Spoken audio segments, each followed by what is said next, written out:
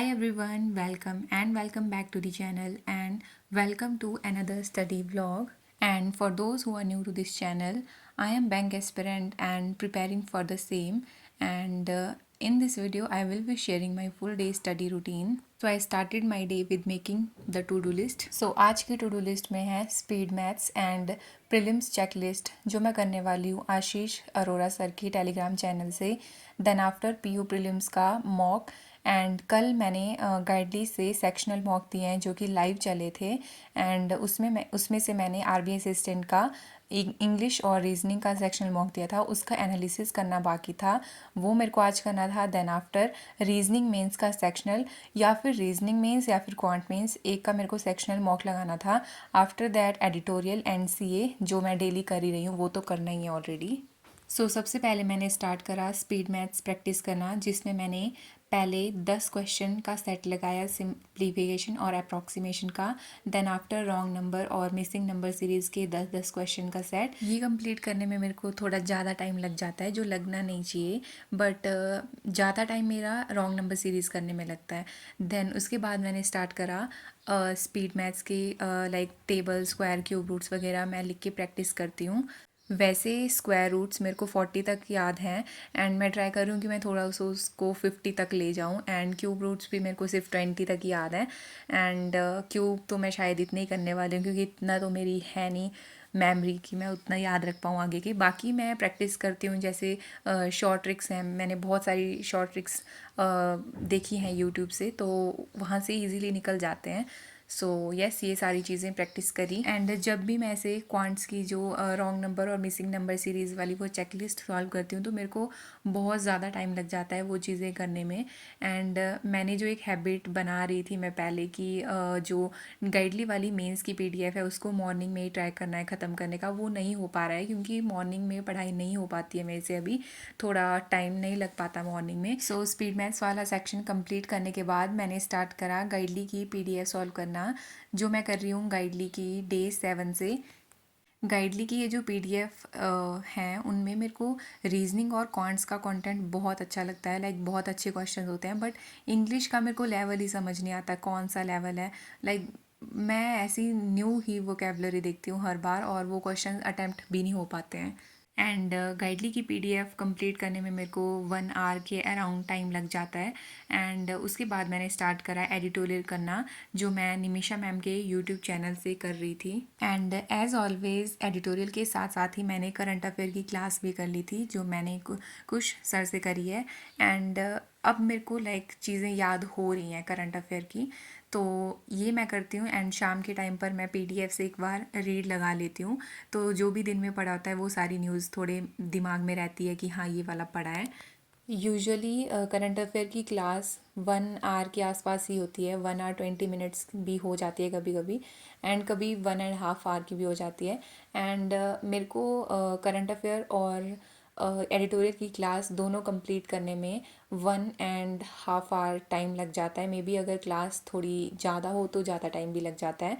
And after that I ये mock which is live on smart कीड़ा, और ये अभी आज 27 तक लाइव है. ये आरआरबी असिस्टेंट प्रीलिम्स का मॉक था जो अभी लाइव चल रहा है.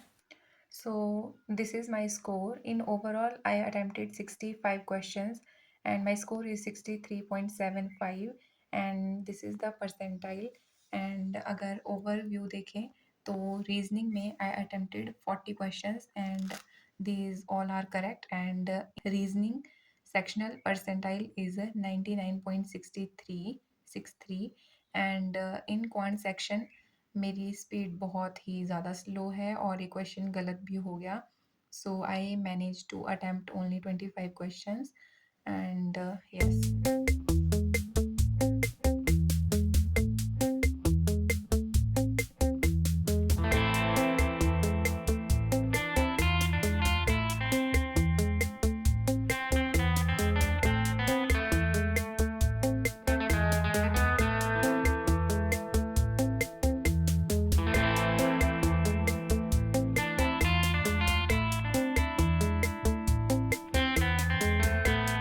गाइडली पर आरबीआई असिस्टेंट सेक्शनल मॉक चले थे मेंस लेवल के, तो वो मैंने अटेम्प्ट करे हैं.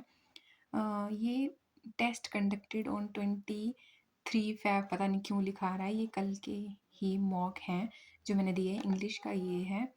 सो मेरा स्कोर आया है 25.25। मैंने एक क्वेश्चन नहीं किया था अटैम्प्ट, बाकी 39 क्वेश्चंस मैंने अटेम्प्ट कर दिए थे।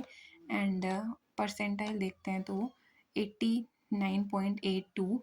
एंड क्वेश्चंस बताती हूँ।